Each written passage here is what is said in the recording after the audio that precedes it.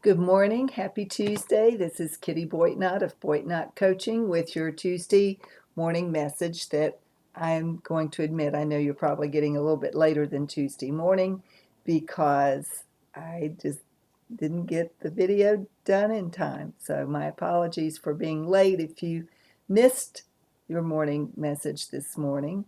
I hope you did actually, because if you didn't miss it, it means you're not opening my messages and you aren't even aware that you didn't get this message early this morning. But it's still Tuesday and I still have a message for you. I wanted to share with you very quickly, and I've offered a few links in the body of the text message in today's newsletter. I wanted to share with you a little bit about a phenomenal speaker that I heard while I was at the National Speakers Association, the conference that I talked a little bit about in last week's message. Her name is Mel Robbins, and I had never heard of her. She spells her last name the same way as life coach Tony Robbins, but I don't think they're related. If they are, I can't find a connection. But she is a former lawyer and a current life coach, and she is a moderator for CNN, and she's a radio host, and she's getting ready to host some sort of TV show, reality show. But what I was struck by her was the message that she offered in SA, and I gather that this is a sort of a stock message that she carries around with her to various and sundry conferences and conventions. And the message basically is stop screwing yourself over. That's the title of her talk. And she talks about two really key ideas that I want to share with you today. The first is the 5-second rule, and it doesn't have anything to do with food dropping on the floor, and if you grab it up in 5 seconds or less, it's okay for you to go ahead and eat. I think we've all heard that, whether it's a myth or not, I don't know. I guess it depends on what floor you drop your food on and how picky you are about where you will eat your food from if you've dropped it on the floor. But that's not what her 5-second rule is about. Mel Robbins' 5-second rule is about acting on an inspired thought within 5 seconds.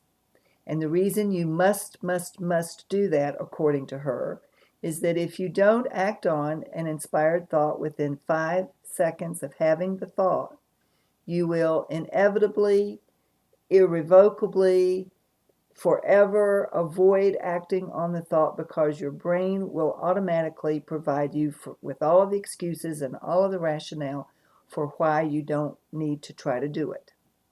She says that your brain is hardwired for keeping you safe and in the same situation, and basically to keep you stuck because it feels familiar.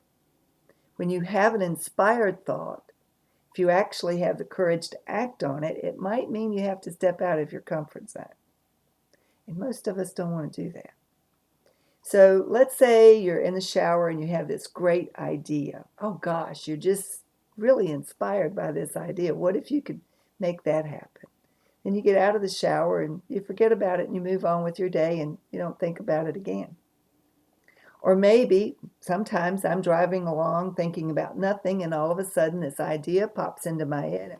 Wow, that's a really good idea, but I'm not in a position to do anything about it while I'm driving. And so by the time I get wherever I'm going, it's past, it's over, done.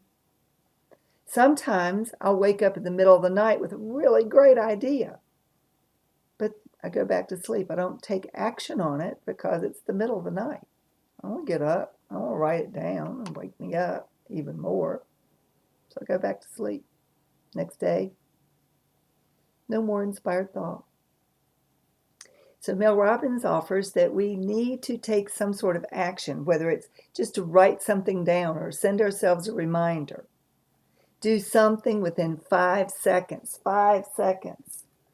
in order to take action on that inspired thought. That will move you toward maybe acting on the thought. And here's the kicker. This is what really got me. She offers in the course of her talk that for each and every one of us who happen to be here on this planet right here at this particular point in time, and that includes you out there, There is a 1 in 400 trillion chance of us being here. From the moment of conception, there are so many forces that are against our mere survival that by the time we've gotten to this particular point in time, we've survived at the rate of 1 in 400 trillion chance. And then she says, if you have an inspired thought today, what if that is the reason you are here? What if that inspired thought is wrapped up in your purpose? Does that not just take your breath away? It takes my breath away to consider that. So I ask you to think about it. I'm offering you the link to her TED Talk. She was in San Francisco for a TED Talk. She talks about some of these concepts. She covers those. She also has written a book about being fine and why we should never say again that we're fine. So take a look at her work. I really admired the way she approached her presentation and the message that she brought to our group.